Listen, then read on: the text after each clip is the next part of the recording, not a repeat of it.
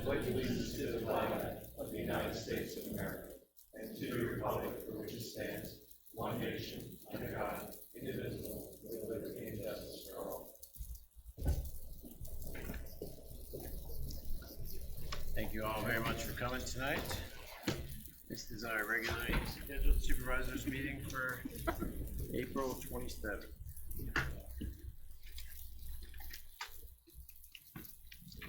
Can I please get a motion to approve the consent agenda? A and then B, 1 through 5. Is there a second? I will second. All those in favor? Aye. Confirmed appointments, none. Board appointments?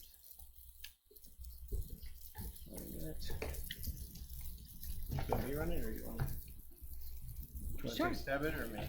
Sure.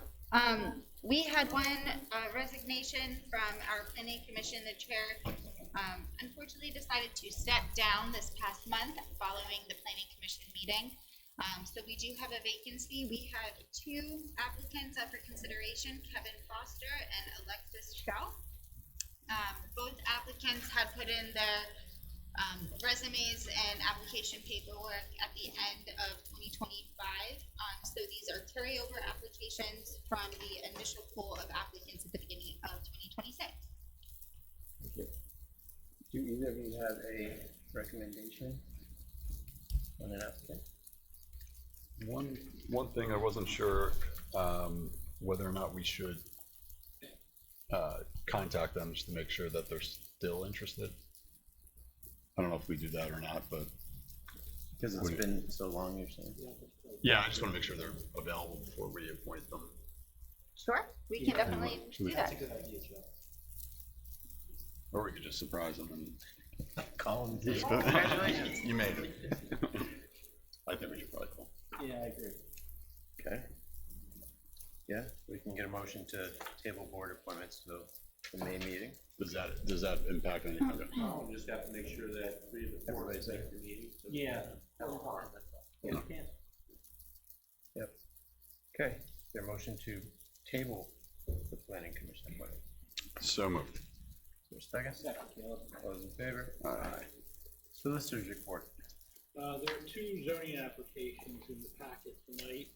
Both are residential properties, both are actually sort of similar. Involve impervious, well, I guess the one involves impervious, but no, they both involve impervious surface, and one additionally involves a step back issue. The first one is Albert and Jody Holbert. Are they the Holberts here by chance?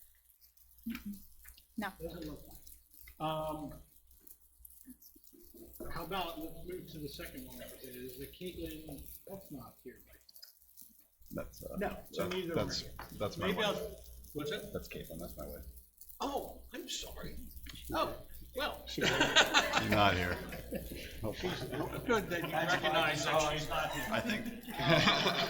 Okay, well, since the second one's a little unique, let's say, let's deal with the first one. Run-of-the-mill sort of type of zoning application. I typically do not go to the zoning hearing board on, nor does the board typically have a position on. Any reason Jack should go that you can see? No. Joe? On mine? No. No. I do have some feelings on mine. Yeah, well. No, I don't think it's the best way to go. All right, Alright. Jack, no need to go. So I'm not going. Now, in the second one, I'm speaking to just 2 of you. Yeah. Yes. It's the same, it's the same type of application. It's minor Permit variance, surface. dimensional variances for a residential use. Again, typically don't go to these, or typically doesn't take this. Tim? I agree. Okay. So I get 2 to 201. All right, that's all I have here in my side. Okay, Mr. Fulmer on planning. Okay, first item under planning, 6A, is the Fiddle Tree Land Development amended final plan. The board may recall that this property was subject of a prior land development approval that was conditionally approved by this board several months earlier. Since then, though, there has been a proposed amendment to the approved plan to effectively Downsize a bit of the parking and rearrange some things on the site to accommodate a prospective tenant of the property. Andy Wood is here tonight representing the applicant as the engineer. There's a review letter in your packet from March 3rd, 2026 from my office.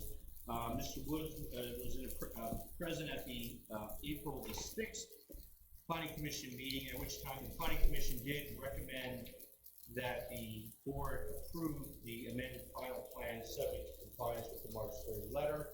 Mr. Wood, would you like to add anything that I left out or anything else you want to go through? No, thank you very much, Tim. Although we reduce the spaces, we still can accommodate the future. We still have all the parking there for all the spaces that we had before. So we have room for all the spaces that we had on our original plan. In Tim's letter, you notice the building increased from 62,720 to 62,902. That's just going from the inside of the face of the wall to the outside face of the wall. That's all there. Loading docks. Tim pretty much hit it right on everything. Our traffic, we went through traffic down through PCSM Stormwater, Bucks County Conservation District, going through their process. It's really minor amendments. We're basically just putting retaining walls around everything to accommodate this new tenant. And we also have that design into Tim's office. So if anyone has any questions, I'll be happy to answer. In the past, when they've had a decrease in parking with a potential to increase it later, we've made them put in some green space. Is that So accurate? they are showing on the plan out of the 27 parking spaces that were originally on the, I guess I call it the side of the building closest to Bethel Pike. Correct. Of those 27 spaces, they are going to construct 12 spaces physically. They are leaving open an area of green space that's capable of being occupying another 15 spaces if they ever need them. But at this point, the tenant doesn't need them. Correct. But if for some reason in the future they would need them, or there was a change of occupant and they wanted to build more spaces, they could. Exactly. Under that plan, right? Yep. And those are considered in your stormwater calculations as being constructed, right? Right. Exactly. Okay. Joe? Questions, comments? Jim?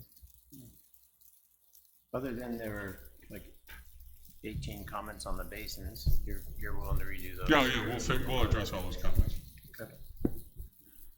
Mr. Chairman, if I may. Mr. Woods, there was a lot of discussion early on in this application about building and structure height. Are you going to, is this proposal to keep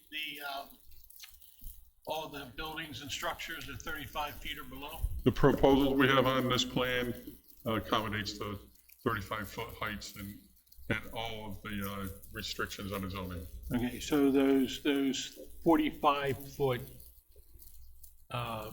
tubular structures are not on this plan? Correct. Okay. Okay. Take a motion for approval of the subject, amended final plan, subject to the applicant complying with all items contained within engineering review correspondence dated March 3rd, 2026. Is there a second? I'll second. Any public comment? Okay, being none, all those in favor? Aye. Thank you. Thank you very much. Thank you. If I may, is there Mr. Craig Milbourne in the audience? Could you come up, please?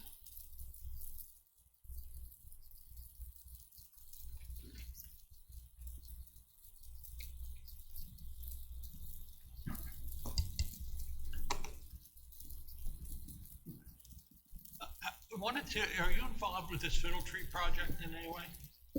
In some regard, yes. Yes, you are? Yes. Oh, in what capacity?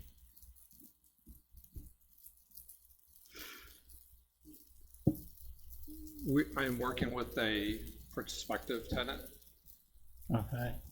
I understand you came into the township representing you with a group called Project Patriot? Is that correct? Correct. And what is Project Patriot? That is the name for this proposed project here. It's not a nonprofit, nonprofit veterans group out of Churchville, Maryland? No, Now, you're the senior project manager for Vita Nuova? correct. Okay. So I'm trying to understand, you came in and the name of the project's Project Patriot? It's not, I'm trying to understand your role here. You requested a meeting with the township manager. You came in here, you represented it with Project Patriot. I think if you look up Project Patriot, you'll find a nonprofit group out of Maryland who deals with veteran affairs. And then I'm confused what your involvement is. It seems to me that sounds a little like a misrepresentation. So I can confirm that it's not associated with the group that you mentioned, this nonprofit group. All right, so you came in here, what, lobbying on behalf of the eventual user? The meeting was set up through somebody at Bucks County Economic Development to talk about the project with the township manager. So when I started to have a discussion with the township manager, she ended the meeting. And we didn't have any further discussion about it. Because she was under the impression you were representing a nonprofit? I can't answer to her comments, but I can I tell you can. that Yeah, we it's can not ask her. associated with a The township nonprofit. manager is present. I'd be happy to answer that. Yes. I did assume that you were associated with the nonprofit called Project Patriot. Did research on Project Patriot ahead of our meeting. And then upon your arrival for the meeting, you shared that you were actually not with Project Patriot. Is that correct?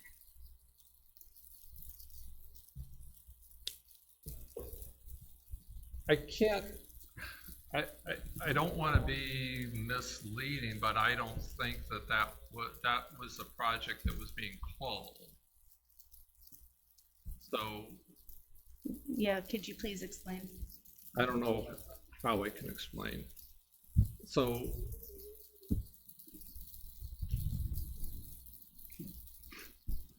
okay, yeah. So I'm sorry. What was the question? Who are you representing? I've signed an NDA that I can't disclose. But you can confirm that you are not representing Project Patriot, as you said you were. No, I don't agree that's the case. I'm sorry. So are you representing Project Patriot? Yes. But not the Project Patriot that is associated with Veterans Affairs out of That is Churchville, correct. Maryland. That is correct. So who is Project Patriot that you're representing? As I've said, I've signed an NDA. So you came into the township to have a meeting to discuss something you can't discuss? A meeting was set up, as I said, from Bucks County Economic Development, so I could talk to the township manager. But, you know, as we got into the discussion, it was, you know, like I said, it was, you know, the meeting was, you know, he stopped having the meeting. And he asked me to leave. Once you said you weren't actually with Project Patriot. Well, that's the name for this development that, you know, in question here. So there, it's, I guess that's the name of the project. Yeah, we don't usually have projects given sort of catchy pet names, particularly after other organizations. Usually projects are named by the locale or the applicant's name. So this is all a little mysterious to us. And who at the county set up this meeting? Trying to remember his name. I'm drawing a blank. It was Brian Cummings. Mr. Cummings suggested that you come in here. Was it Mr. Cummings' idea to call this Project Patriot? Why would you give a name to a project rather than just call it who the applicant is? Wasn't my decision. And yes, it was Mr. Cummings' So idea. you're hired by the people who you have the NDA with, and then someone's idea was to come in here and call the project, the development of the site, or the applicant or whatever, Project Patriot. It wasn't the applicant. I mean, the applicant is here tonight, but it wasn't the applicant. The end user, I should say. Potential. The prospective tenant, Potential tenant. the potential tenant. If this was there, is that the potential tenant is who you work for? It's a client of ours, yes, Okay. that's correct.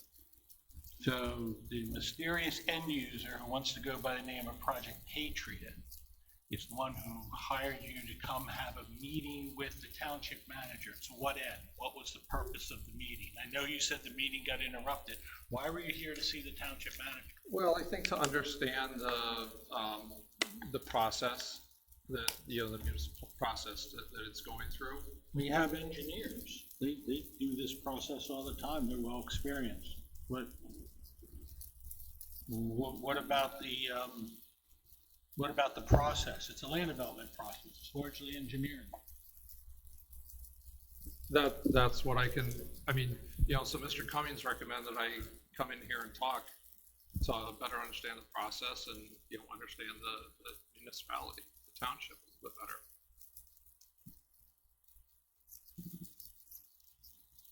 All right, well, maybe it gained a little better understanding of the township tonight.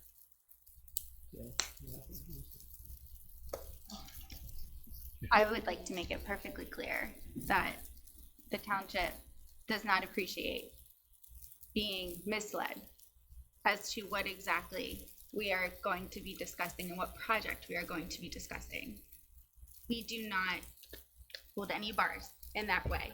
We are communicative, we are transparent, and I want to make that just perfectly clear, not only for yourself, but for any other developer coming into Hilltown Township. We are more than willing to work with anyone on any project and have a meeting to discuss it, which had already happened with this developer, which leads to the confusion as to exactly what your role is, but I don't think we're going to truly understand what that is tonight.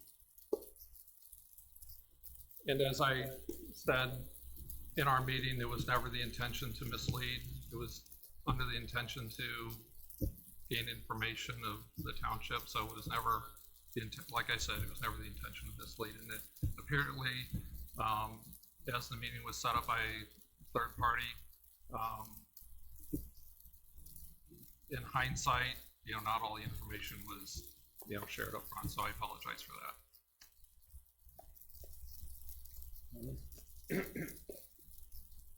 All right, you may take your seat.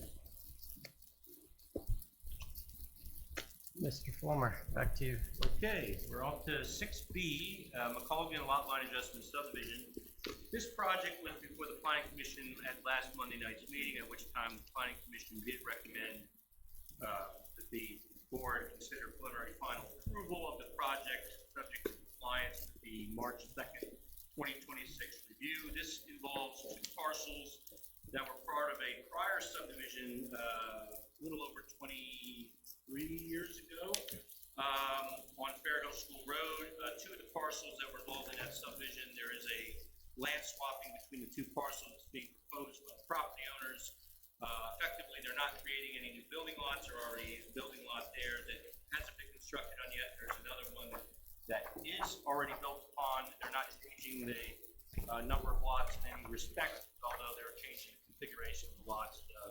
Apparently for some buildability issues where they would have to put the new house on the vacant lot. Is that right, Wayne? Correct. So at this point, what's before you is the lot line change. There was a zoning hearing proceeding They were at the zoning hearing meeting on April the 1st.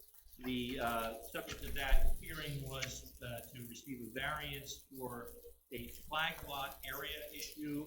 Your ordinance requires a 10-acre minimum lot size for a flag lot, which has to be exclusive of any easements, rights of way, and so forth.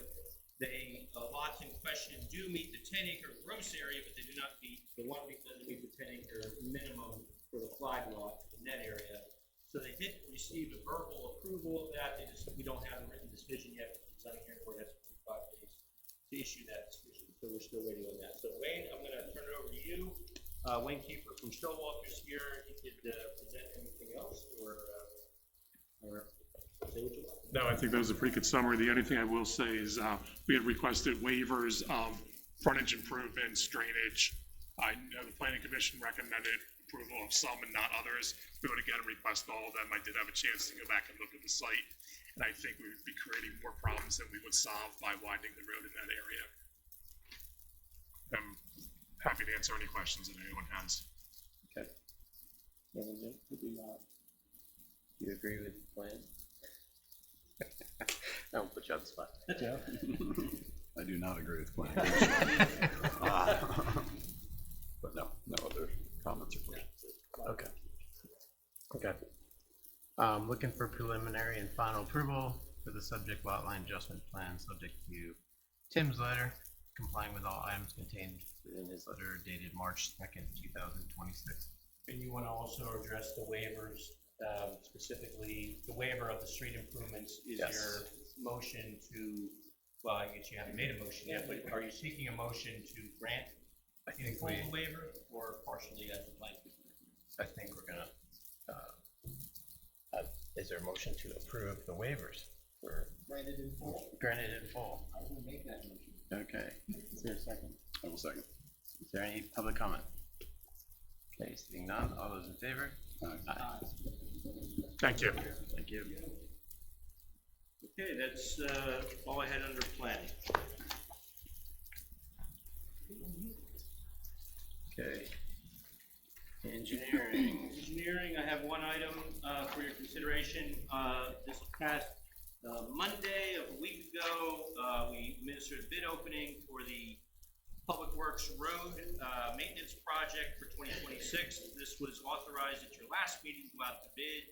It was duly advertised twice in the Intelligencer. The bid was posted on 10bid. The township did receive two bids from reputable local contractors, both who have done work with the township in the past. The bids were very competitive, but the apparent low bidder is Asphalt Maintenance Solutions, LLC of Center Valley, and the total bid amount of $154,809.76, based on the unit prices for single application seal coat of $1.82 per square yard, and caulk seal for $0.75 per square yard. And just to remind the board and the public, this has to do with some work being done this summer on Welcome House Road and Frontier Road, which is single application seal coat, and also on a portion of West Premier Road and majority of Maryville Road, which is the seal coat with caulk seal. So what I'm looking for tonight is an award of the contract subject to the following conditions that I would recommend you attach to the award, which is receipt of a performance and payment bond up to the amount of 20% of the contract price, receipt of a certificate of insurance naming the township and its agents as additional insurance, and also the contractor shall comply with all the terms of the contract specifications.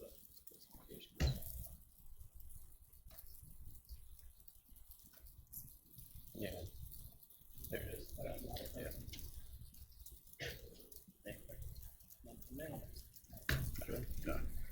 Okay, I get a motion to approve the 2026 road maintenance project to Asphalt Maintenance Solutions for the sum of, flip back to that page.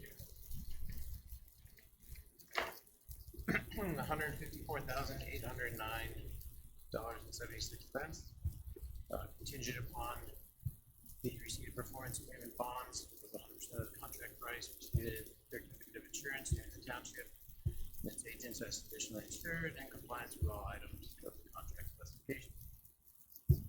So move. Is there a second? Any public comment? Seeing none, all those in favor? Aye. That's all I have. Thank you, sir. Unfinished business.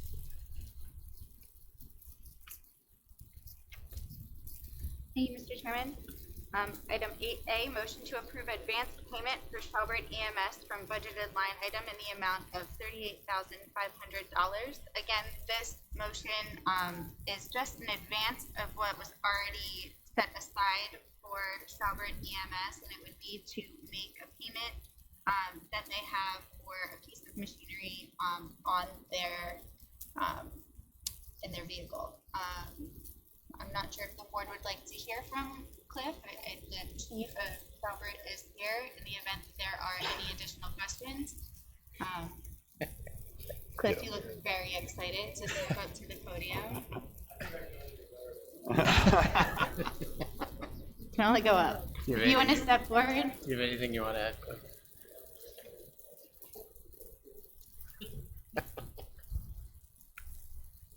Could you, again, just explain what this payment is? Sure. So this is for our life pack monitors. They're carried on our ambulances. They're able to deliver shocks to people that are in cardiac arrest, do an EKG, do vital sign monitoring. Same ones that are carried in the hospital. Okay. Any questions on the board? Same that we discussed last meeting, correct? The amount Yeah. hasn't changed much. And this is just fronting money that's already been budgeted. Okay. No new budget adjustments. Correct, right. Do you have any other questions? I do. Then maybe we can address this, but then I think, I saw there was a newspaper article about you guys, Cliff. There sure was.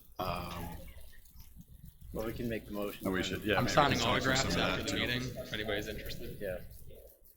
All right, can I get a motion to approve advance payment for Schnellberg EMS from budgeted line item for $38,500 for the life pack monitors? So moved. Is there a second? Any public discussion? Seeing none, all those in favor? Aye. Thank you. I will say, Cliff, since the last meeting, I've had an opportunity to exchange emails and conversations, and I appreciate your openness and your communication. Yeah, I appreciate you guys. Thank you. Yep. Did you want to discuss anything with Cliff? Yeah, I'm not gonna give him those compliments, but I'm just kidding. I didn't No, expect that. No, but we probably got off on the wrong foot the last time, but, obviously the newspaper article presented some information that was, I believe, probably just a symptom of a larger systemic issue. We can rehash all the history, but long story short, I know for me, I assume everybody else would probably agree, making sure that we have adequate EMS in our township at the right level is top priority. There's no compromising on that. And I understand, like, from conversations with you, that the structural deficit that's there isn't going to go away absent some kind of larger change. Specifically, they would have to get rid of the station, which currently is in Silverdale. That's I mean, correct. absent that, there's really not a way to fix the structural deficit. That's correct. Or, there's other options out there, but I think that's probably the most obvious one. So I think for our purposes, and it's probably not a tonight decision, but I think it would be good for us, and the way I'm kind of thinking about it is in certain levels. So kicking over the funding for that equipment now, to me, is more a sign of support. That's kind of how I'm thinking of it. But we need to work through next steps and what that looks like. I know as a township, we've more than doubled funding over the past 2 years or so. Maybe that's not enough. I think most people would say it's probably not enough. But that said, I think we need a little bit more time to sit down and think about how do we get from here until, more the end of the year, and what that could look like, and then what does 27 and beyond look like. Yeah. And so I guess, I don't know if there's any actual motions or activity from this, but I think my request would be that we have on the agenda for May, I guess that would be the 25th, 26th, something like that. Yes, the day, it's the Tuesday of Memorial Day. That we, in the meantime, come up with essentially what we would need operationally to change, and we can figure out if that's, maybe we should figure it out now, if it's through direct liaison program between us and Shalbrit. I don't know if we want to involve other municipalities at this point. One other option would be, given the complexities, would be to form like an advisory, like a small advisory group of people that do this, volunteers, but that could help take a look at the situation and guide us a little bit.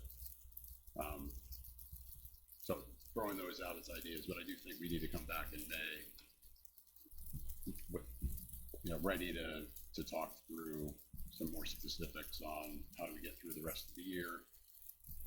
There's the question, obviously, does that make sense to do? What do we need structurally to change within the organization, if that's the path we want to go? So, and then from there, I think we need to, it's not going to change. Looking forward to 2027 beyond, we still have the same issue. It's because Grandview, we kind of stepped out and we want to pull them back in. They made it clear they're not in the EMS business, and it's just a public service they provide. So we can expect 20-minute response times out of them again. We could re-engage with the MSC.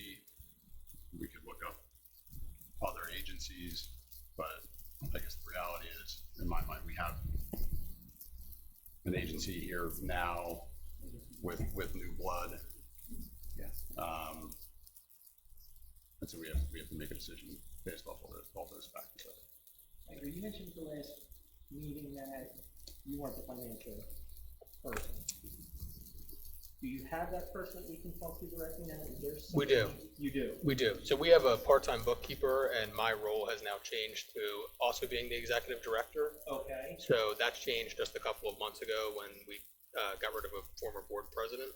Okay. So I'm kind of taking a dual role now, and then we do have a part-time bookkeeper that cuts all of our checks, does payroll, and manages our QuickBook account. Okay. And then we also have a volunteer treasurer that sits on our board, and we're proposing a financial secretary as well to add on to our board. On the board? Yeah. Checks and balances there compared to previously, perhaps. Yeah, it's just, I'm just, for lack of a better word, I'm frustrated that we're at this point. I mean, we had these discussions before, and please, I'm not. No, I agree. I'm more I agree. frustrated than anything else. Yeah, I agree. Pretty big proponent for this, and now all of a sudden, we were told, the three of us, and, we have the call volume, we think we can do it, but where was and I mean, it I doesn't share the matter at this frustration. point. I guess we're Yeah. in this now. Yeah, I mean, to be You're honest, I stepping share. up, so I give you credit for Yeah. that, and I think Joe's correct. We're gonna have to figure out how to get to the end of the year. But beyond that, I share the don't know. frustration. Yeah, I share the frustration. I agree with you that the station was opened with no real funding plan. My outlook is the station's there now, and we have to decide if we want to keep it there or not. But I agree with you. I'm frustrated as well. Okay. But I agree with Joe. I think we gotta fix the short term first, and then play the long game at that point. That's what we have to do. Yeah, Because we need a plan. the most immediate worst case scenario would be shutting down the station, Right. and Puts you back at square one. And then we're, Not worse. we have a gap. And we're, you know, our mission is to do what's best for the residents all the time. So we're exhausting every effort to not shut that station down. It's not even on our plan right now. So we're just looking for the next solution, whatever we can do to keep that station open for the residents.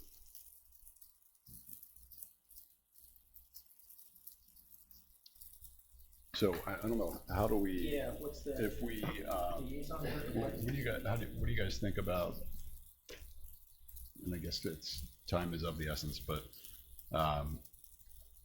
we think about from now until May, potentially that's just a smaller working group working through, you know, options. Yeah, I do think it would be helpful to try and have some kind of a advisory committee of like public safety or whatever you want to call it, but because we're not experts. So we do have an open board seat as well that was reserved for Hilltown, Silverdale, one of the other municipalities when that station opened. If that's something you guys want to consider appointing somebody to. They would have a voting say on our board of directors. That would be a discussion as well. That seat was never filled. Yeah. And that's whoever you guys appoint to be on that board. I definitely like the idea of representation from Hilltown for Shelburne. I like the liaison program that we previously had. And that can be a municipal official, it can be a resident, it's really whoever you guys decide On the is board, best served on that board. board. It can be anybody that you guys decide. We don't, not that they would put up a fight, but they don't have a say, it's the bylaw. Yeah, we need to act quickly though. I understand what you're saying about the advisory part of it, but it goes with some financial. I mean, that's really where it's at.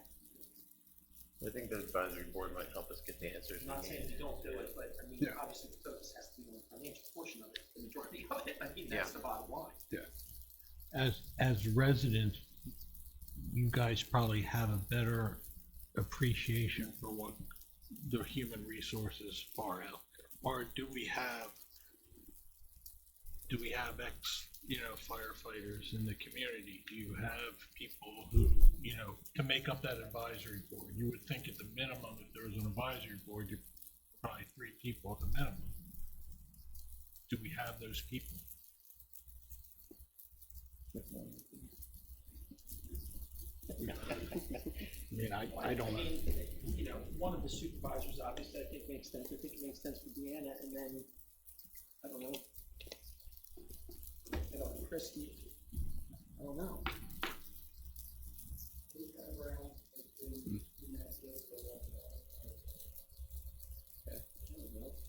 More of a. He has a very strong committee. understanding of That's fair. EMS. That's a good idea, actually. Yeah, that's what I was suggesting. You might want to have someone who has actual experience, because right now I think this board's struggling with, in one aspect, understanding exactly what's happening out there, because you don't live it like these Yeah. guys. And from our standpoint, we prefer a municipal official that's employed by the municipality because they're obligated to come back to you guys with information that you want. Sometimes it's tough when the residents get voted onto the board. They don't have an obligation to come back to the supervisors or manager. Make it 3. I think Chris Brown, I think that's a. Yeah, I think it's good. I like that idea. Yeah, If he's interested in filling I the, think Deanna should be involved, obviously, and Joe, you're pretty much on this. You've done a good job getting us, where we are now. If you apply, We have a public comment. Okay. Do you have a comment prior? Are you okay with the idea?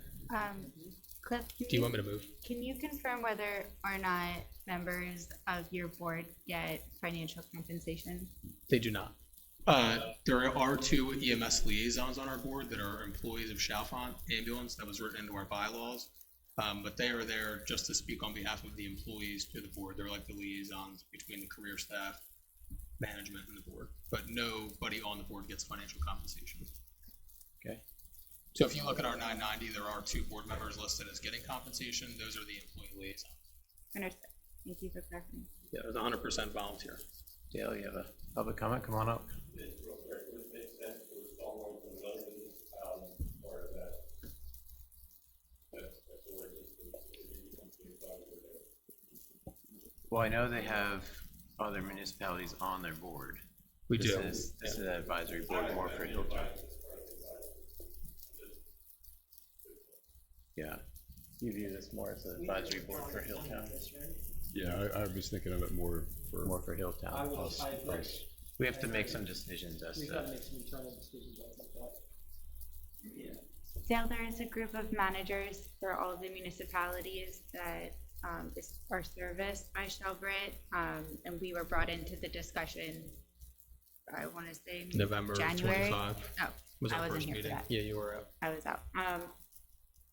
I was made aware of it, I'll say in January of 26, so there is participation from other municipalities in that respect. And currently, our board is comprised of members from Chalfont Borough, New Britain Borough, New Britain Township, at large. The only ones that are not currently represented, and I think it fell through the cracks, is Hilltown, Silverdale, Sellersville. That's for members of the municipalities that contribute tax money to the squad to have a board seat. yeah, well, we can fix that.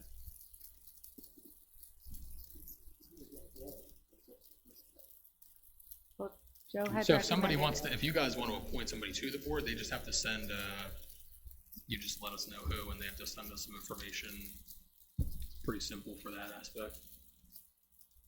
I would think that it would be more the three of us sit down with Cliff and team, and we can hash out From options the bottom, and, right, exactly, I agree. and then come back in May with, Suggestions. Suggestions. yeah, I mean, The good, the bad, the ugly. to me,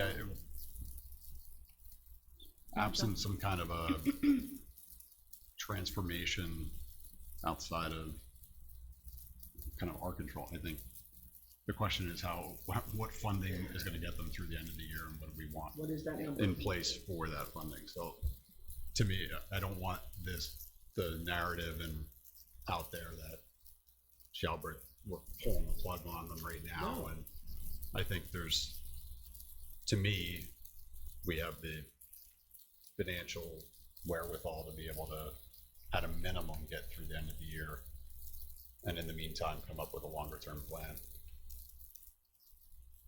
So that'll be me, Deanna, Chris, and then Cliff and team, His team. and we can sit down a few times and strategize And on we that stuff. hash that back in there. I don't think we need a motion to do that, do we? Just The warm up and solicitor. Do you need a motion for that, Jack? just have to go ahead. You know what I'm gonna say. It doesn't hurt to make a motion. You probably should make the motion. All right. I'll make the motion, I'm okay. That'd be great. Advisory There you go. committee. All right, can I get a motion to form an advisory committee to work directly with Shelburne EMS? Consistent of, I can name the people. Oh, yeah. We'll do Joe Metzinger, Deanna Ferry, and Lieutenant Brown. If you want. Do you want to text? Oh, yeah. I think he was voluntold. You're his boss, right? So- Make it happen, Chris. Yeah. There you go. Is there a I'll make motion? that motion. There's a second. I will second. All those in favor? Or do we, any public comment? Okay, all those in favor? Aye. And if anybody from the board or anybody from the public has any questions, my contact information is on the website. We're always willing to discuss anything. Appreciate that. All right, thank you, guys. Thanks. Thank Thank you. you. Okay. Back to Dr. Ferry. Item 8B, motion to approve contract increase for Phillips and Donovan for Carroll Engineering subcontract. This item was tabled at the last board meeting. This is for an additional $6,000 to add an additional parcel to the survey for the building renovation project. This parcel is being added, it's contiguous to the parcel that this building is sitting on. The reason it's being added is because there was a public works salt shed that was added onto the property, don't even know what year, a couple years ago. And part of that building construction is actually on a different parcel. So we are working on the renovation now and trying to understand exactly the amount of impervious and other, potential issues we have with that project, being that that building is partially on a different. Okay. Any questions? No, I'm good. Okay, can I get a motion to approve the contract increase of $6,000 for Phillips and Donovan for Carroll Engineering? Is there a second? I'll second. All those in favor? Aye. Before we move on to new business, I forgot that I should have made the announcement we had executive session prior to tonight's meeting. Okay. Where we discussed legal issues, including Wonsdowski, Lennox, Myers, Stone, and Wojcinski, as well as personnel matters. Now, we can go back. Back to you, Deanna. Thank you, Mr. Chairman. All right, new business. Item 9A, motion to approve the Commonwealth and Municipal Traffic Signal Maintenance Agreement and authorize the Township Manager to sign the agreement on behalf of the Township. This is for the light at the corner of 152 and 309. We had a previous resolution that was before the board and approved. We had been waiting on the maintenance agreement to get confirmation regarding the ownership of a small piece of that corner where the light is actually fixated. We do have confirmation as to the ownership of that, and that is the semantics of it are being worked out with PennDOT. So we are now at a point where we're comfortable moving forward, signing that maintenance agreement to get it back to PennDOT so that we can move forward. Great. Okay, can we get a motion to approve the Commonwealth Municipal Traffic Signal Maintenance Agreement and authorize our Township Manager to sign the agreement on our behalf? So moved. Is there a second? Second. All those in favor? Aye. Thank you, Mr. Chairman. Item 9B, motion to approve resolution 2026-015, providing for allocation of funds in the 2026 budget for a new public works vehicle. This was discussed at the prior meeting. This resolution is for $303,000 for a gross total without discounts, just to prevent any future changes or modifications made for this line item. Though the quote came in at less, we are just making sure that we don't have to go back and request more money should any of the pricing change, since we are purchasing it in two pieces, but have full allocation so that we can sign up on the purchase order. And this was requested to be on for this meeting by the board. Thank you. That's 2026-15? Yes, yeah, Okay. it's reprinted. Oh, I'm sorry, okay, thank you. Anything? No, I'm good. Okay, No, can we get a motion to approve resolution 2026-015, providing for allocation of funds in the 2026 budget for public works vehicle? So moved. For a second? I'll second. Any public comment? Seeing none, all those in favor? Aye. Thank you, Mr. Chairman. Item 9C, motion to approve ordinance 2026-001, creating an advisory park and recreation committee and designating committee responsibilities. Mr. Chairman, would you like to talk more about that item? Yeah, basically, previously we were a park and rec board, and we probably should have been a park and rec committee. So all this does is change the format of the organization. We have 5 members still. They're still responsible for development, oversight, maintenance, and regulation of our parks, recreation areas, and related facilities. Nothing has really changed except that we're going from a board to a committee. Any comments? No? Can I get a motion to approve ordinance 2026-001, creating an advisory park and recreation committee, and designating committee responsibilities? So moved. Is there a second? Second. Any public comment? Okay, all those in favor? Aye. Thank you, Mr. Chairman. Item 9D, motion to approve ordinance 2026-002, adopting regulations for the control of bamboo. Mr. Solicitor, do you have any additional comments for this ordinance that was advertised duly and is before the board now for final vote? Yeah, that is all correct. It's simply, we do not have adequate provisions regarding bamboo in the zoning ordinance. Running bamboo can be a problem for adjacent property owners, so this ordinance is designed to correct that. Any comments, questions? No. All right, well, I will say, as the owner of a bamboo patch, it was not planted by me. I inherited it. Oh my goodness, it's insane. If anybody plants walking bamboo, they're nuts. It's crazy. Are we gonna provide a resource for the incineration of the rhizomes? At this time, I don't believe it's been a subject of discussion, but that's not to say that it can't. Okay, We can't. We just haven't looked at it. I think that's gonna be a common question. Okay. You know, where do we incinerate our rhizomes? Yes, we actually have already received one call today upon seeing that this was on, not specific to that, just the excitement behind a bamboo ordinance. Yes. Really? It's exciting. To some. Yeah. We're looking forward to it. You're looking forward to it? Heck yeah. My son is home in 3 weeks. He's cutting bamboo for like 3 weeks. Forever. Yeah. Go, Brody. All right. This is a big deal. It is. Motion to approve ordinance 2026-002, adopting regulations for the control of bamboo. So moved. Is there a second? Second. Any public comment? Seeing none, all those in favor? Aye. All right, thank you, Mr. Chairman. Item 9E, motion to approve H&K extended hours for the month of May. H&K is back with their request. This is something that we see annually in the warmer months. This is for an approval to allow the concrete batch plant, asphalt batch plant, and crushing plant at Shopton Quarry and Asphalt to operate between the hours of 6:30 p.m. and 6:30 a.m. Monday through Saturday between May 1st, 2026 to May 31st, 2026, with the exclusion of holidays. Okay. I get a motion to approve H&K extended hours for the month of May, from May 1st through May 31st, from 6:30 p.m. to 6:30 a.m., excluding private customer jobs. So moved. Is there a second? Second. Any public comment? Seeing none. All those in favor? Aye.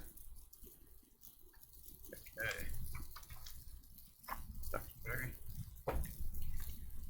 Thank you, Mr. Chairman. Last item under new business, 9F, Hilltown Volunteer Fire Company financial recommendations. Supervisor Metzinger, would you like to elaborate on this item? Yes. I think Chief Walter had a presentation for us.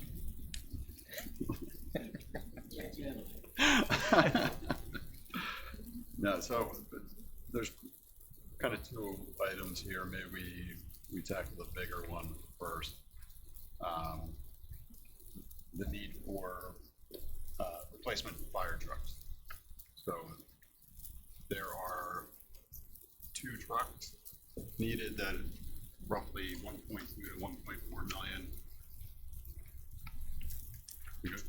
Yeah. Yes, I'm sorry. Are you okay? Is everyone on the board all right? If our engineer leaves? Yes, sir. We're just getting into it. This is, What I hear is that they're thinking we have. you let me know the flyers for. Yeah.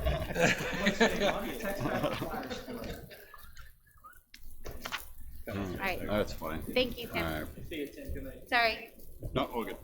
So for fire truck replacement, I know Silverdale put in a grant application in the fall. We'll hear about that, I guess, at some point, maybe over the summer. It's for roughly half, I think, the truck cost, something like that. But regardless, Hilltown's in a similar position.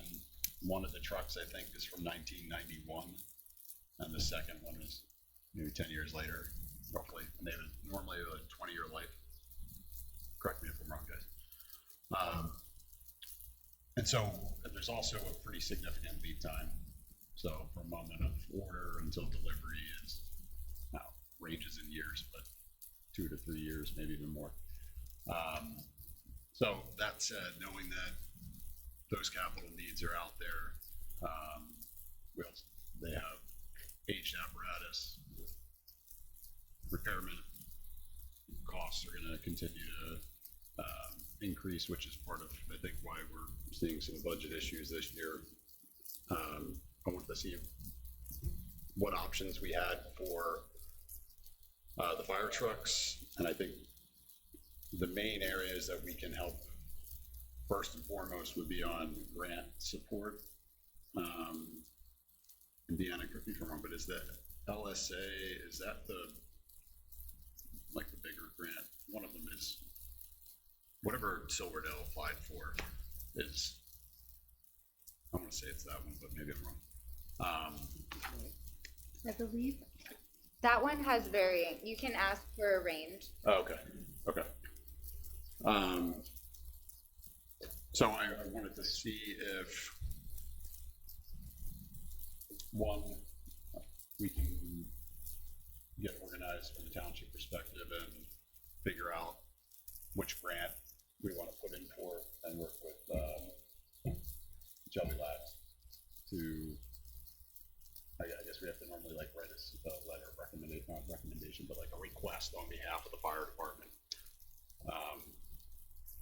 Is that not? Are you, so there's a grant, and I'm not sure if this is the one that is being discussed, but it's not the LSA, it's a RACB Maybe, I don't grant. know if that's it. That has to go through a state representative to get onto the chart of projects and Okay. get pre-approval in order to apply for it, and that's a very large grant.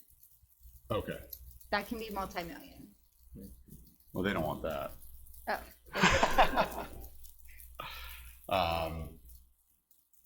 So I guess whatever one, well, we should look at that definitely, but also my understanding was that the Silverdale, they had to go through the borough had to like coordinate, maybe with Shelby Labs, I don't know.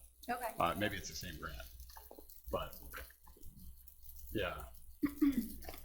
Are they, So, I'm sorry, Joe, go ahead. no, so I was just gonna say, I think we need to get that moving now because some of the deadlines on those, I think, start rolling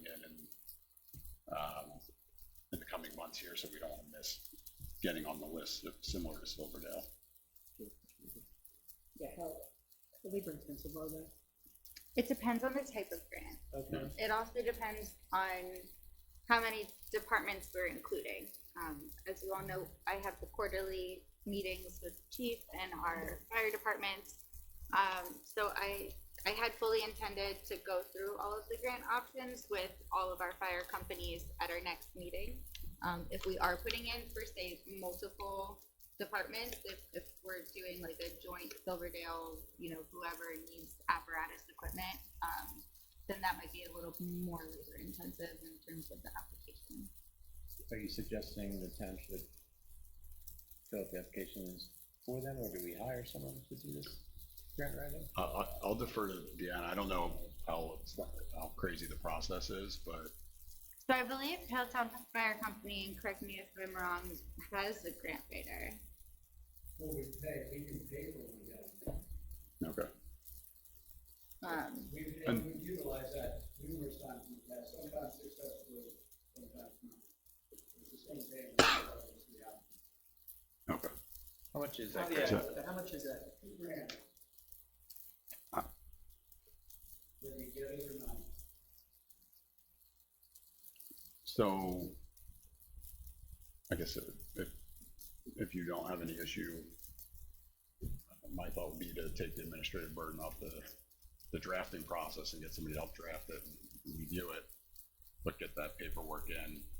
Right now, I'm only talking about Hilltown mainly because they've communicated, the specifics. Do we know the deadlines at this point?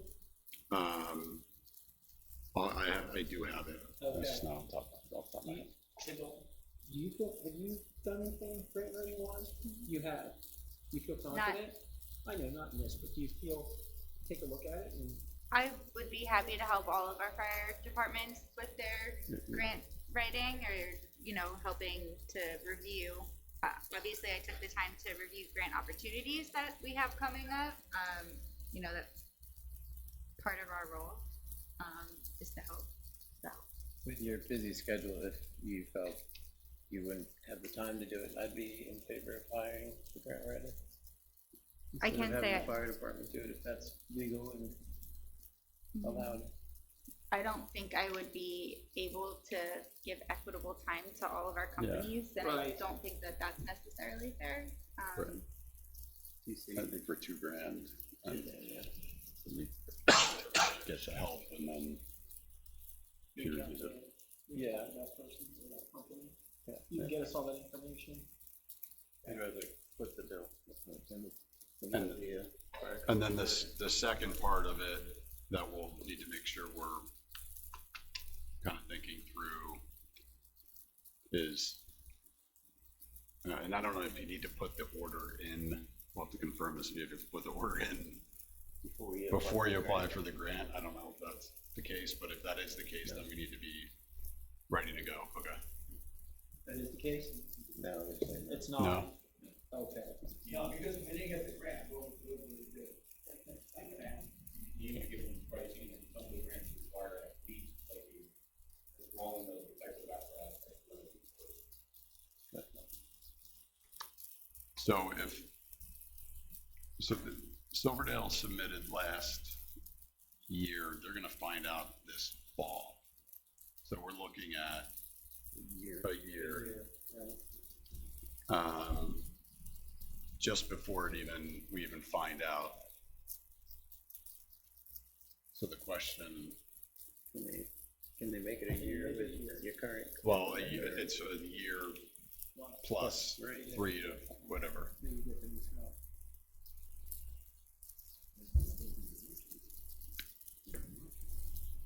I guess it's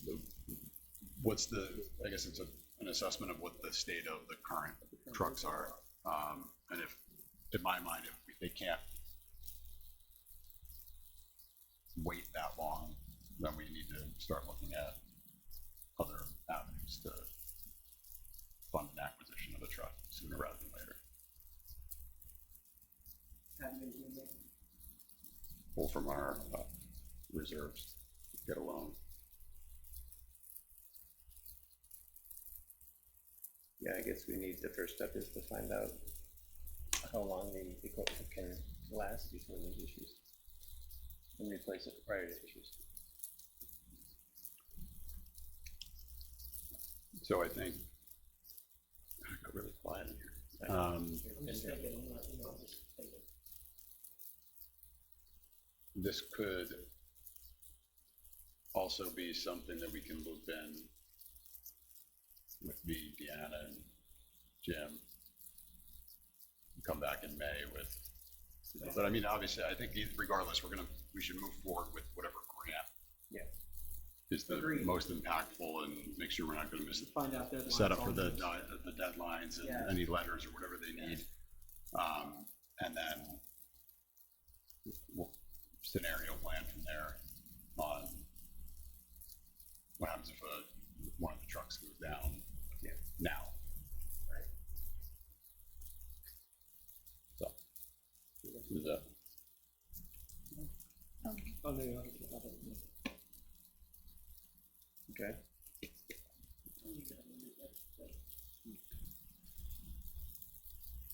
Have an idea on that too, but.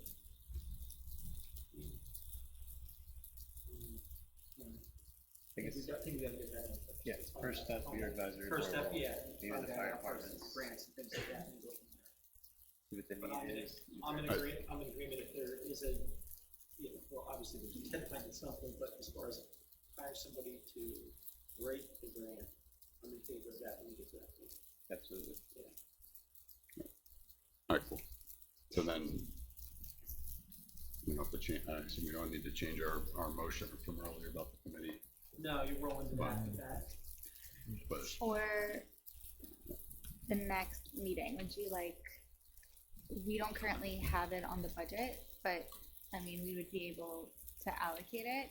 Would you like a line item for that, for the 7 companies, so we could do an adjustment for 14,000? for grant writing allocation. Yeah. I don't think it's, Won't hurt. Yeah. It wouldn't hurt. Yeah, that's a good idea. Okay. That's a good idea.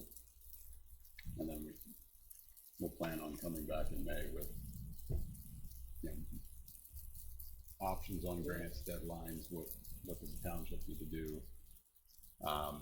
And then, yeah, then we need to have because I think ideally, this is kind of what I think Silver Hill's facing, is they need the truck. And they're gonna find out, and they need a truck regardless of whether or not they get the grant, so. So we have to plan out, our capital allocation a little bit.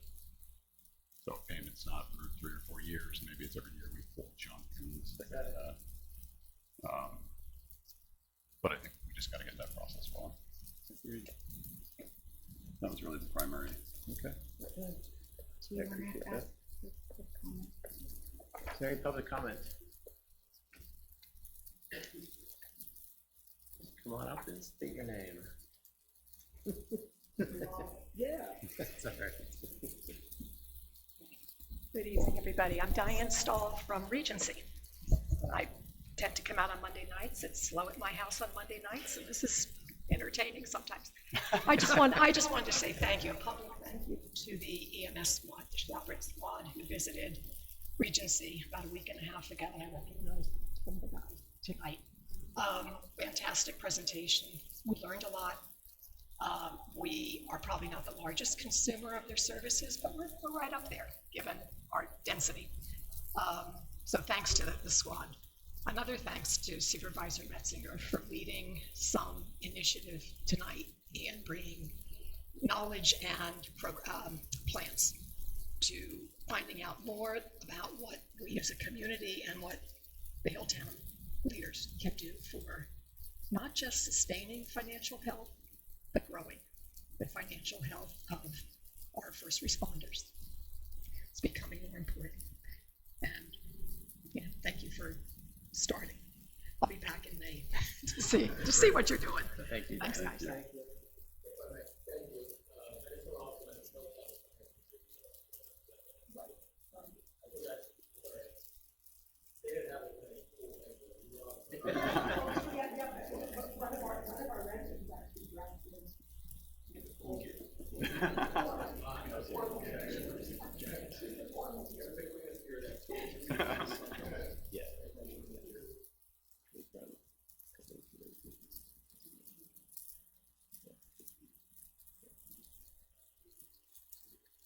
Any other public comment on fire company or EMS?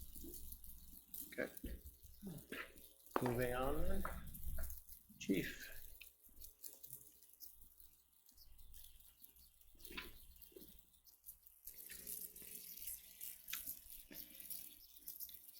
Anybody know the Flyers score? They're losing 2-1. They're losing 2-1? Yeah. Chuck's on. Go ahead, Chris. Way to start off on the presentation. Good evening, everybody. For March, report for the police department, we handled a total of 50 incidents in Silverdale Borough, including 4 criminal offenses and 1 criminal arrest. We issued a total of 31 citations and citations and warnings. We had 0 accidents in the borough in March. In Hilltown, we handled 834 incidents, including 63 criminal offenses with 16 arrests. We issued 154 citations, 174 warnings. We investigated 47 accidents, and 15 of those were reportable and 32 were not reportable. We had 211 hours of training, and we had 170.5 hours of overtime. 88 of those hours were reimbursed overtime. Anybody have any questions about that portion of our report? Does an incident equate to is that just a call? Or? Yes. Okay. Yep. It's everything. That's everything. Also, last Saturday, the 25th, we participated in the drug take-back program. We collected 94 pounds of medication and 80 pounds of sharps. We also then turned in 159 pounds of medications that were collected in the drug drop box in the lobby. It's a very popular thing to have. Also, as I mentioned previously to the board, on April 23rd, the PLEAC Commission voted to award the Department accreditation, which is good for 3 years. So again, we're into the next cycle already, but we're very proud of that. Congrats. Thank you. And anybody have any questions? Thank you. Nobody's up. Thank you. Thank you. Okay. Public Works update.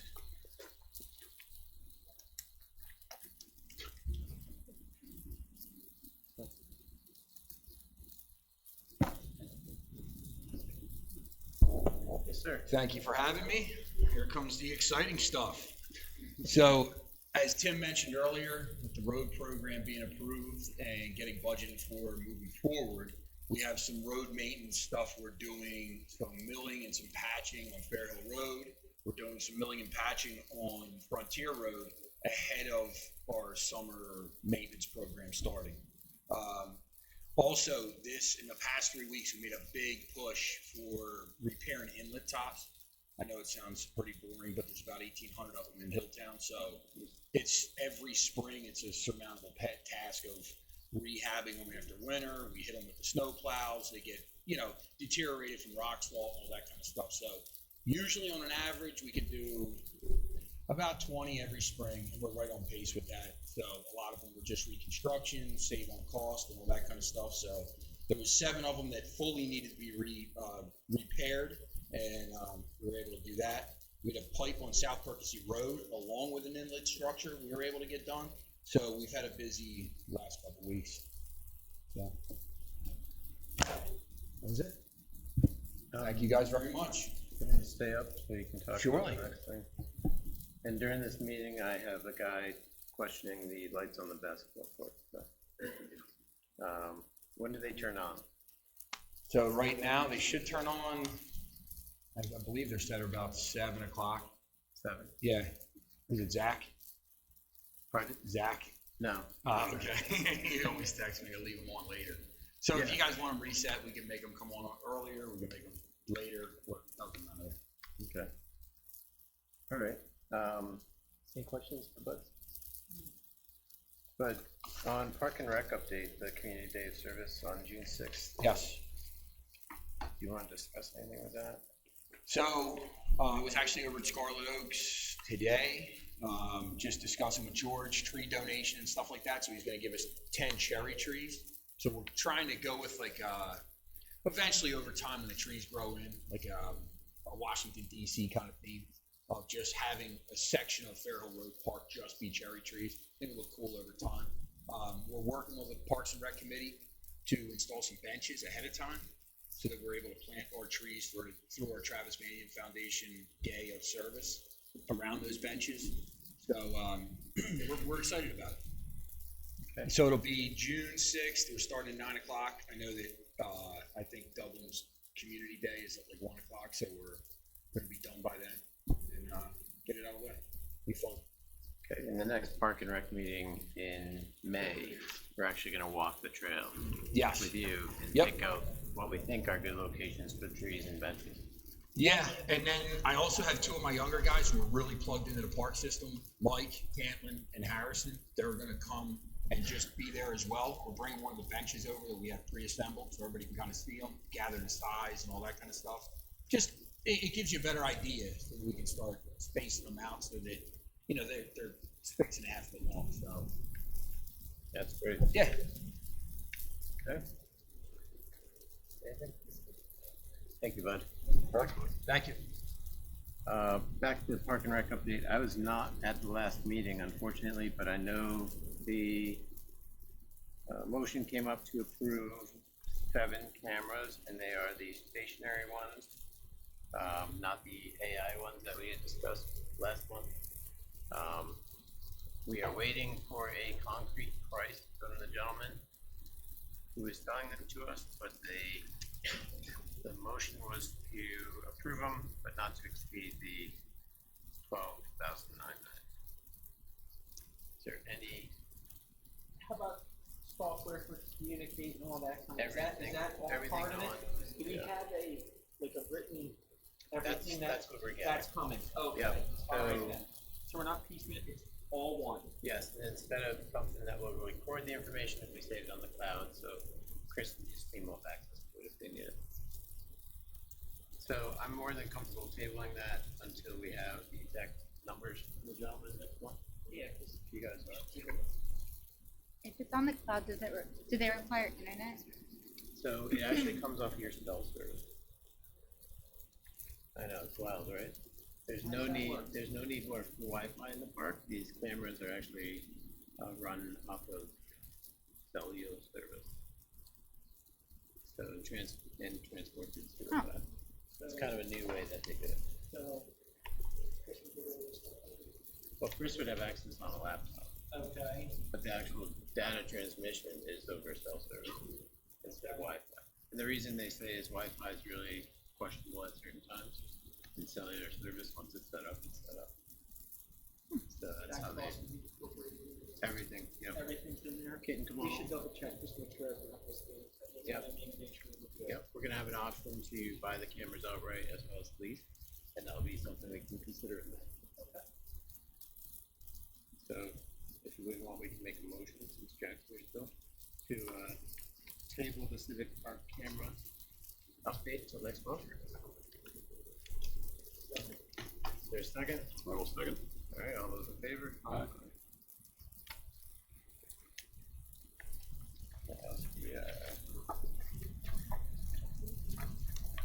Oh, Bud, you might as well come back up. I didn't flip the page yet.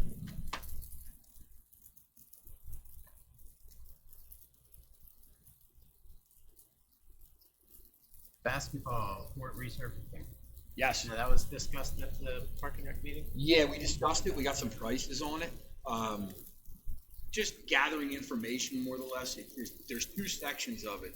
Both of the courts need to be, I'll say, resurfaced at this point. They were put in, I believe, like right at the end of 2010. Okay. And they should be resurfaced every 6 to 10 years completely. Ours have kind of gotten let go a little bit longer than that, as far as just, we've never crack filled them, we've never anything. This past winter, really did them in. So the fence on the center of the basketball court, when they put the footers in, they put them in basically plastic tubes. Well, every one of those plastic tubes have heaved and caused massive cracking down both sides of the basketball court. So we got pricing on filling and restoring the courts. The problem is once you get involved in restoring the courts, you can never match the color again. So when you go doing all the cracks and all that stuff, it's like you're kind of committed to repainting the courts. So we got two different prices there just in case you even want to break it up. And I have another company to come and look at it as well, just to give us, other options, other pricing and stuff like that, which I'll supply to Parks and Rec Committee, and then they can kind of gather more information that way. So if you supplied that information on May 12th, or Yes. whatever that date is, and then Yep. we can take a look at it on the 27th? Yeah. Maybe. Okay, appreciate it. Yep. Thanks, sir.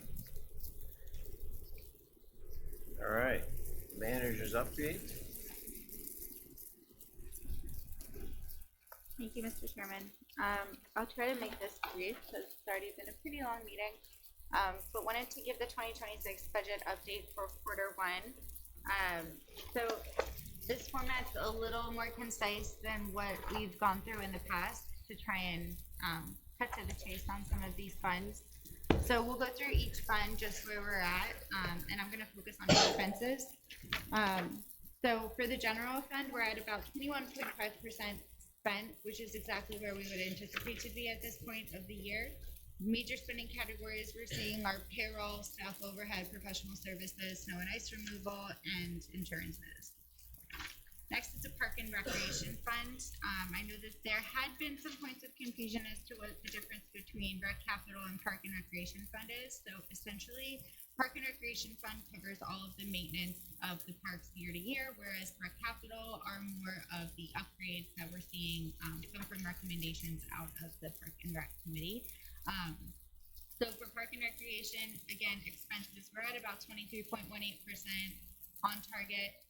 Major spending categories include contracted services, utilities, and communications, like the pay phones that we have at the parks. Next is the fire fund. Expenses are at 3.13%. This is pretty typical for this fund, as this fund is typically expended out towards the end of the year in Q4.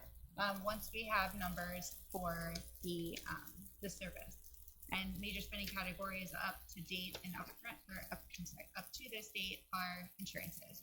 Streetlight fund, this came out of abeyance for 2026, so we do have some revenue, which is different from last year's reporting. But again, for the expenses, we are a little under budgeted for our expenses.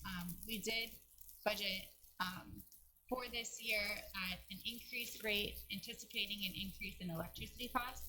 So throughout this year, we may see this fund be under budget, which is not a problem. Moving forward, our recreation capital fund, right now, again, we have expenses at 0.41%, which is pretty typical. As Kayla was just explaining, we have some expenses coming up out of this funding category. So we will anticipate seeing an increase in that number for Q2. Stormwater funds for expenses, we're at 0.02, and again, that's pretty typical for this year. We'll see a lot of spending in this category in Q2 and Q3 with the warmer weather as we go through the projects.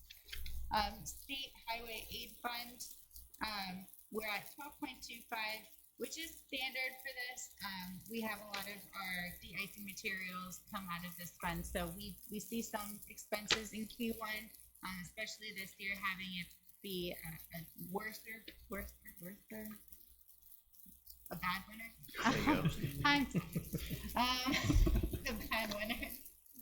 So it's a little higher than we saw last year, but some of this is going to be spent out in Q4, so it'll be pretty stagnant throughout Q2, and then again in Q3, we'll see more expenses come out of it as we start to do more of our projects for the roadways coming out of this fund, and the weather being warmer. Emergency funds, 0%. We had 0 budgeted, so we definitely don't want to see any spending in that fund for this year. Capital Reserve Fund, expenses are 6%. Major spending categories is police vehicle. We haven't put in a lot of our expenditures out of the capital reserve at this point, but we should see an increase as we go on throughout the year and we get some of those purchase orders processed. Open space funds, we had $315,000 budgeted for this year. To date, we have 0. This might also remain at 0. That open space fund was budgeted with anticipation of potentially looking at that program, maybe making some adjustments to it per the board's request at the end of last year. Again, that's nothing that has been set in stone to this point, but it was budgeted for in the event that does come up. Road equipment funds, expenses, a whopping $2,000. We have 0 spent. This was the budgeted adjustment for the agenda tonight, so we will see a change in this fund for Q2. Operating reserve funds, expenses are 0, so nothing should be coming out of this fund either. Q1 budget summary. As you can see, we're under target for our spending and a little under target for our revenue, which is something that's pretty typical in Q1 as taxes, are just starting to be collected. So we'll see an uptick in this more in the fall for the revenue side. And that concludes the budget. There are some other slides, the investment funds. Nothing really outstanding here as it's just Q1. We do have $76,000 coming out of the investment, and for PSVLAF, we're looking to transfer that by the end of this month. That was a little bit more of an expensive application process than we had initially anticipated, and we are still working with Pliget to try and get the CDs set up. That's the remaining piece of the investment from last year that was approved. Is the 76,000, is that just for the operating fund or is that across? Yes, I believe we only have the operating fund currently invested in that program. So annualized, that's over $1 million. on real estate tax. Yeah. Okay. Commissioner Reed. All right, next item, the Forest Road Park update. As we've been reporting, we have had quarterly updates with our geologist, through Barry Iceset, who we contracted with once we had discovered that there was an issue at Forest Road Park. Being the fifth report that we've received from them, as we have with all of the others, wanted to give an overview of where we stand. So with respect to elevation changes, the 12 pins all rose in elevation with their average motion of pins being 0.37 inches. That's not a terribly significant increase and falls in line with the average that we've seen in past reporting. Geologists have explained this variance to be due to the warming and cooling of rock, and something that you typically see in formations outside of our unique features that we have at the park there. The average vertical motion again was 0.321 inches, again unremarkable in terms of something that we're seeing it spread farther or spread wider. It has not grown in length to the east or to the west, so it's remaining pretty consistent. The new hole that was observed outside of the fence line shows a slight reduction in size, which indicated that it's actually closing in on itself, which is positive. So that's going to continue to be monitored, and the anticipation from the geologists is that it will eventually fill itself in completely. So the determination from this report is that nothing can be interpreted as significant movement in any specific direction over the period of time that it has been observed, which is all good news. Okay. Any questions from the board? What's our plan? Are we watching it through the rest of the year or? Yeah. Okay. Is that for me? Yeah, through the rest of the, okay. And then at that point, we can make a decision, nothing moves, potentially reopening or. And to be clear, when you refer to the hole that's filling in, that's not necessarily on the inside of it. That's a separate, on the outside. Yeah. A separate anomaly found after we put the fence up. Yes. Okay. And Joe, this, and for the public as well, the reporting and the monitoring of this, just to reiterate, is fully funded by a grant. So it is not coming from taxpayer funding. And that grant does take us through the end of this year. And at that point, we will have a full 2 years of data collected on this feature, and the board will be able to make a determination on the feature at that time. Great. Okay. All right. Excellent. All right. All right. Oh, Yes, sir. could you come to the? Yeah, just state your name and. Andy Lazinski, Forest Road. So the park will remain closed up until you folks decide the next step. Is that correct? Yeah. Okay. And horizontally, that crack hasn't moved? Okay, that is good. Yeah, that is good. It is good. Okay. So by the end of the year, there should be some decision, I guess. By the end of 2026, you're saying? 26, yeah. That's when the study ends? Yeah. So we'll have to go from that point. Okay. We should have a presentation with all of the data collected by the end of Q1 in 27. Okay. Now, we can actually get to see your data that you're getting, so it's coming back to higher now.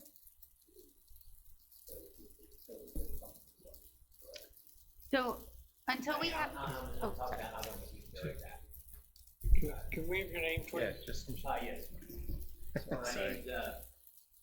name's, my name's Kevin Kadari. I live at Forest Park. Yeah, 418 Forest Road. But what I'm saying is that, you know, the data that you're getting.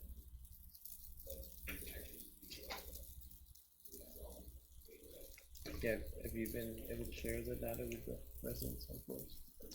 No, so we had been trying to work with DEP to get a meeting on the books, and we had been holding off on presenting any of the raw data until we had the full study completed.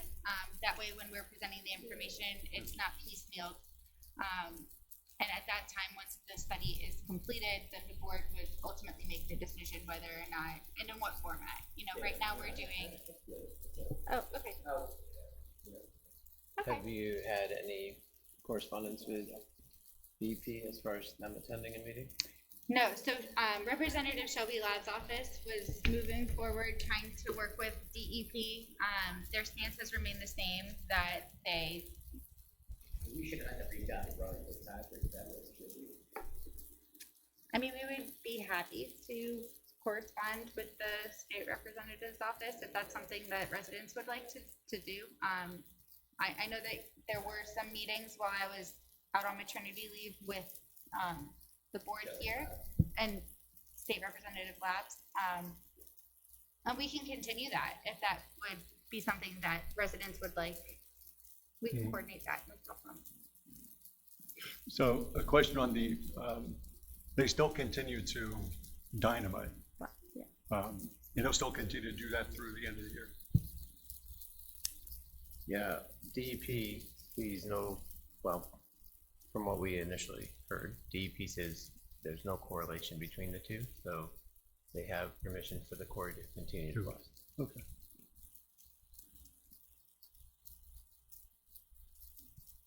Thank you. Thank you.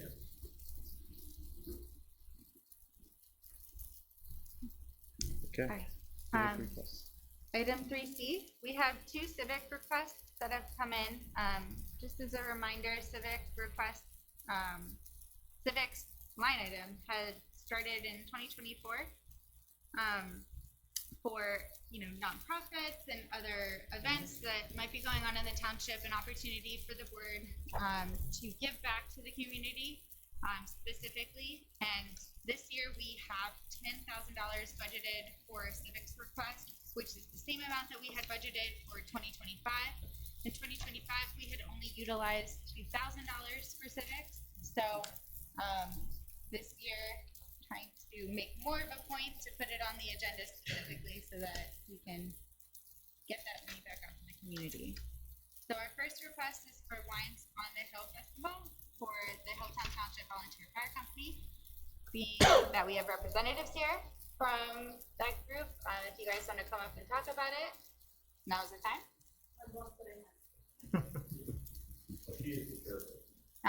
Perfect.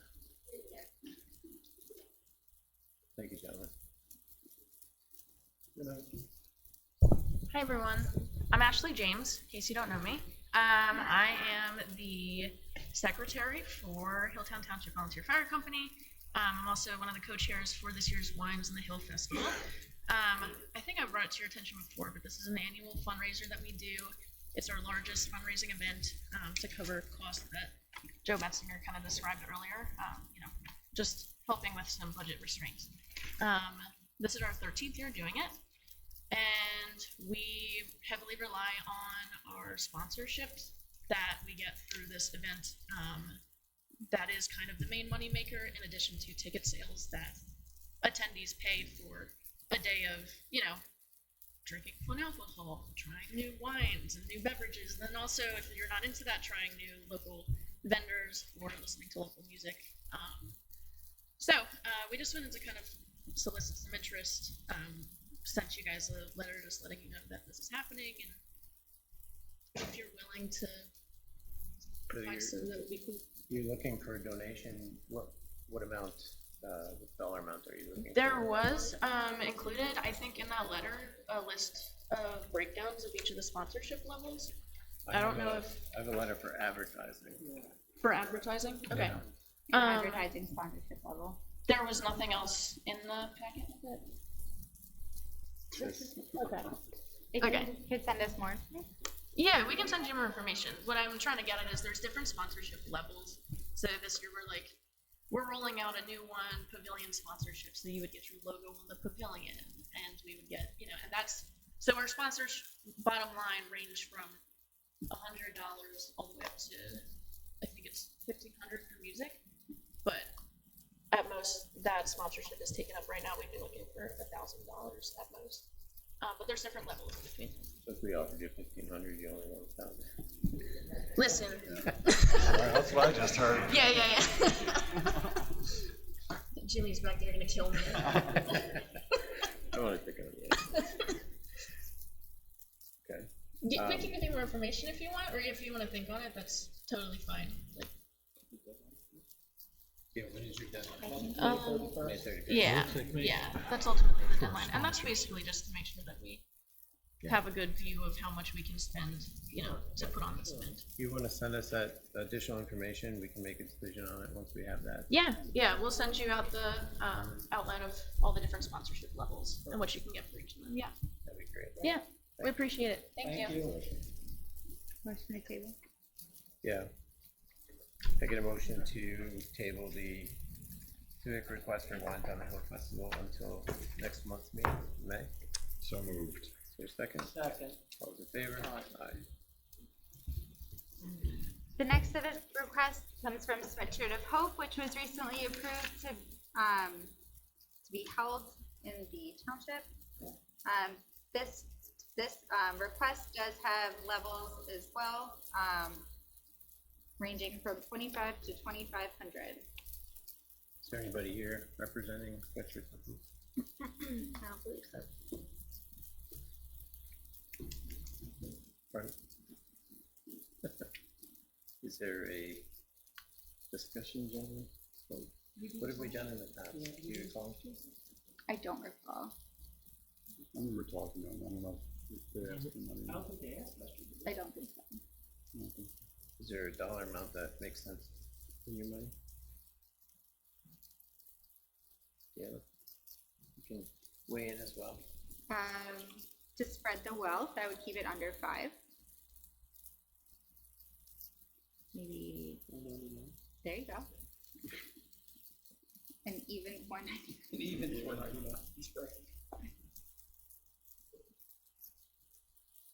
Think it's appropriate?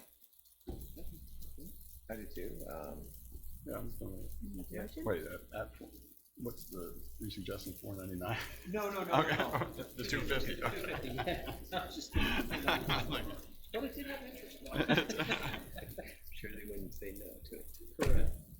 Okay.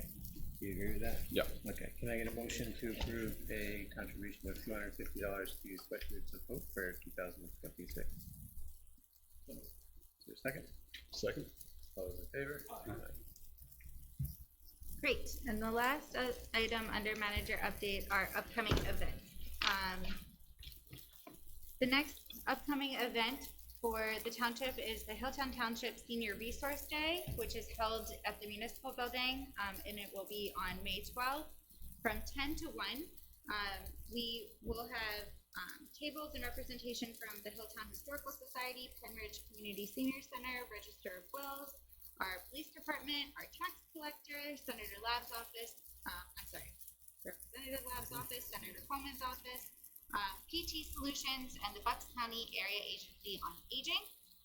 So we're hoping to have a good turnout this year to help provide resources not only to our seniors, but also to caregivers throughout the community as well, to help give our seniors a better life.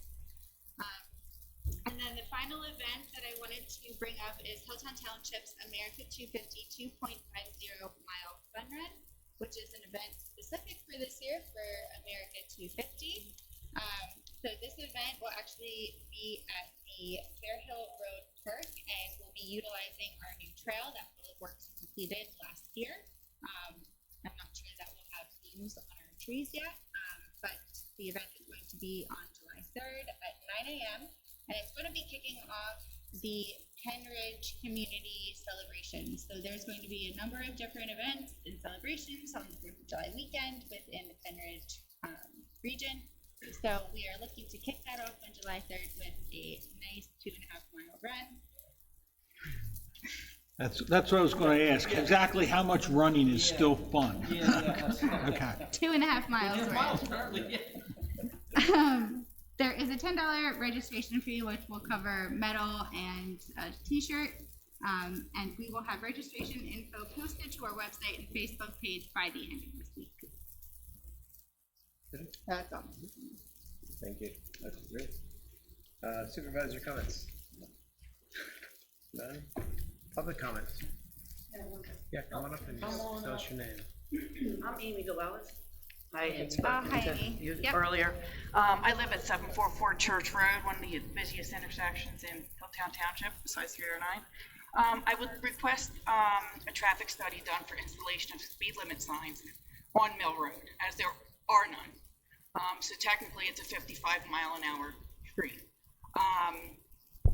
Road, I should say. I did an informal study of vehicle traffic from April 1st until the 25th, which is 25 days of April. I have a blink camera I had out in the back, and at night I would sit there and count how many cars would come through that area from Keystone to Church, like behind my house, and some neighborhood, or Milk Road from Keystone to Church.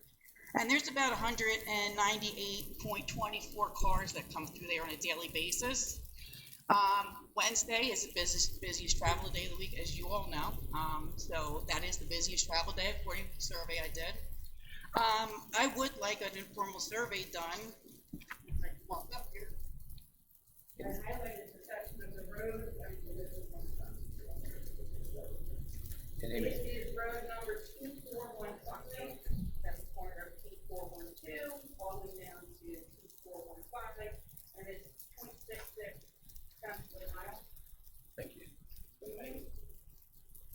I watch a lot of traffic from behind my house on Mill Road going towards Church, and they drive awfully fast. And with no speed limit sign, it's an open invitation for teenagers and anybody else who wants to just drive 55. They're allowed to. So I've been here 8 years. I didn't realize it. I did have an email exchange with Dr. Ferry and the chief back there about how to go about this, and this is what I was supposed to do, was to come discuss with you about how to get it, speed limit signs put up. Okay. Chief, do you have any comments? Or Deanna, either? You guys have been involved? Yeah, while Chief is making his way up. So, Amy, you and I did speak, and you had mentioned that you had had discussions with Ryan from PennDOT. No, I had an email. I'm sorry. Yeah. I copied you, I forwarded you the email that anything under 35 miles or 40 miles an hour has to go through the township. The state doesn't have anything to do with it. Yeah. PennDOT has nothing to do with it. So I did touch base with Ryan. Okay. We were supposed to have a call today, but unfortunately it got pushed back again. Okay. So I will be speaking with him at some point this week. So what PennDOT is advising is that they had a rule change. I don't think it's like a law, but an internal policy where any speed sign along a state road is, once it's erected, becomes I get that. I'm talking about Mill. No, I know. Okay. Becomes the responsibility of the township. So in order to keep things consistent, we want to talk with them, one, to understand that policy change, because that affects more than just this intersection. But also then to understand how we can better work to make sure that there's proper signage on our roads as well. And that actually then comes into play with our public works department as they help to maintain our signage. Chief, do you have anything? No, and if the board's so inclined to have us do a study, we'll gladly do that, determine, just let us know from what intersection to what intersection you want that done, and we'll gladly do that. Again, as indicated, it is 55 miles an hour currently. The only section of Mill Road that is currently posted was the section between 309 and Park Road right now, which is currently posted at 30. And that was a study from last year. Yeah. It's just a lot of residential vehicles, buses, trash trucks that come through that. They drive over my corner constantly. They're driving on my, like cars coming down Mill. There's a sidewalk only on one side because of development behind us decided not to. I get a lot of water from back there. They put the storm sewers and stuff on the other side of the road, so there's an actual curb there, so people understand where the road meets somebody's yard. On the other side, there is none. So that's a problem for me, since I moved here, people driving on the side of my property to go around other people. And that, I talked to you about that last year, really, with the asphalt. That came way into my yard when they poured that stuff, so. The lack of curbs is another issue, but we don't have to get into that. This is for you, you needed to know. So, I mean, it looks like the request is from Keystone to essentially Ricker Road. 0.6 of a mile. Now, there is, right in the middle of that is a stop sign at Church Road. Now, I'll be honest with you, I mean, looking at this, you're not gonna get very high speeds on this. On a speed study there. I mean, I'll gladly do it. I'm just, because you're coming, I'm not saying there's cars not doing faster than they probably should. Right. But that's why we do the study. But basically, you're going to a stop sign or you're coming from a stop sign. Correct. So it's gonna alter the. So you understand, there's no signage when you turn onto the road, which is a requirement. It has to be half a mile down the road is what I read through PennDOT. Is it a half a mile or more? Where are you talking about? When you turn at a different intersection, there's supposed to be a speed limit sign posted within a certain amount off the intersection. Yes, why do you know what that speed limit is?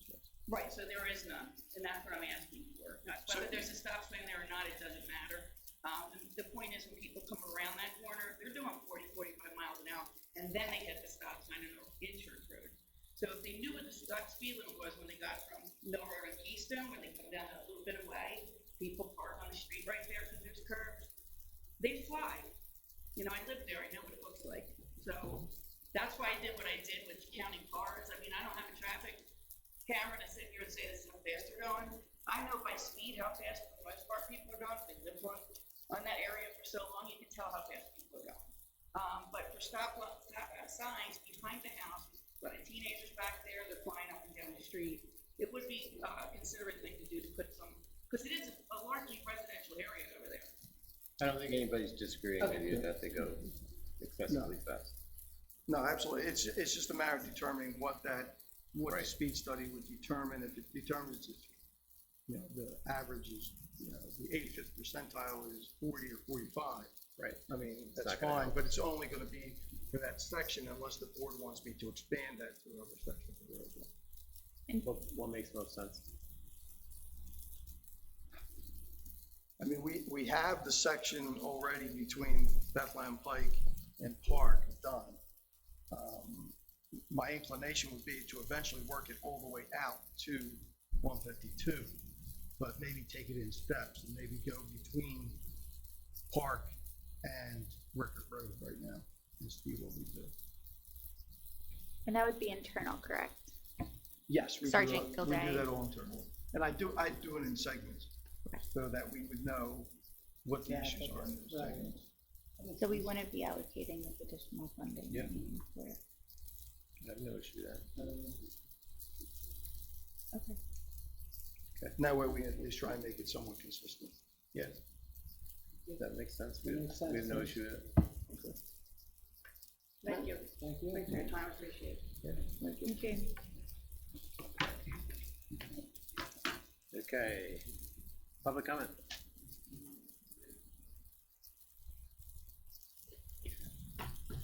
Dale Ott, Mill Road. I heard, seen a couple articles about a data center proposal locally. Don't know anything about it, but what I'd like to do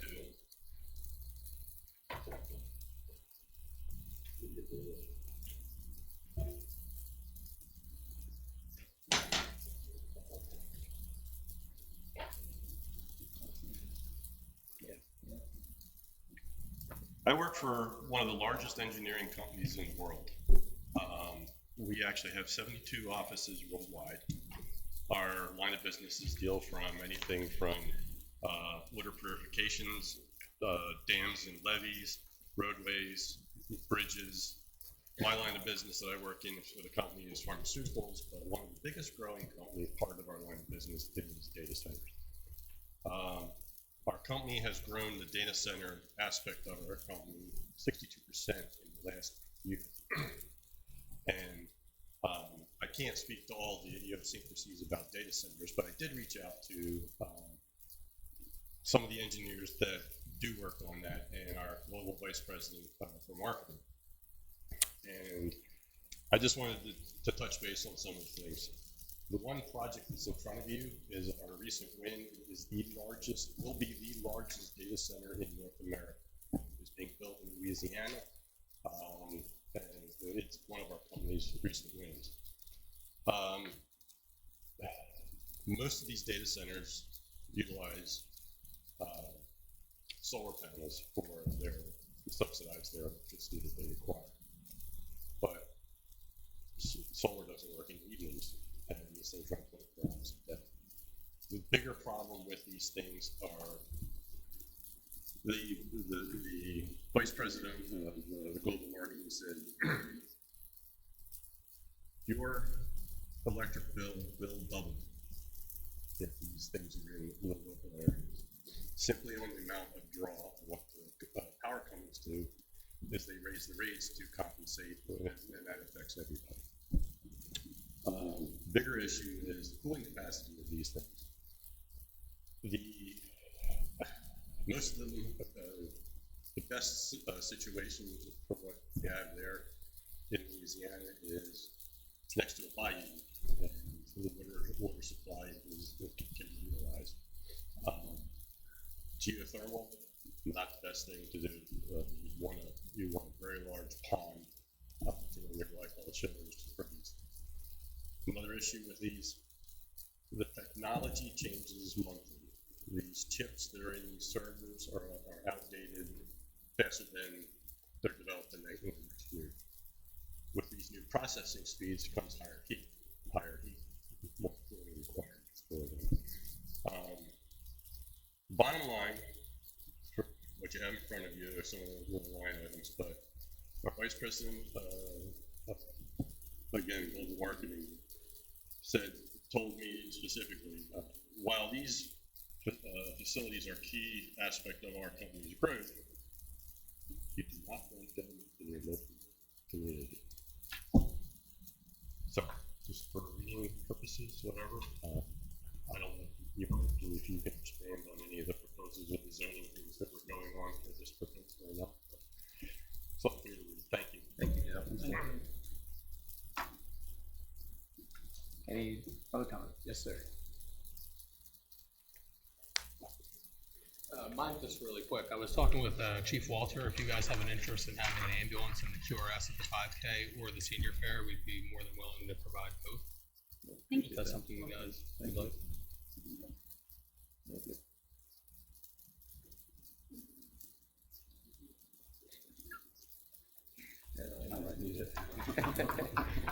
Any more public comment? Okay, hey, press, don't see any. Can I get a motion to adjourn at 8:57 p.m.? For a second? I'll second. All those in favor? Aye. Thank you all very much for your patience.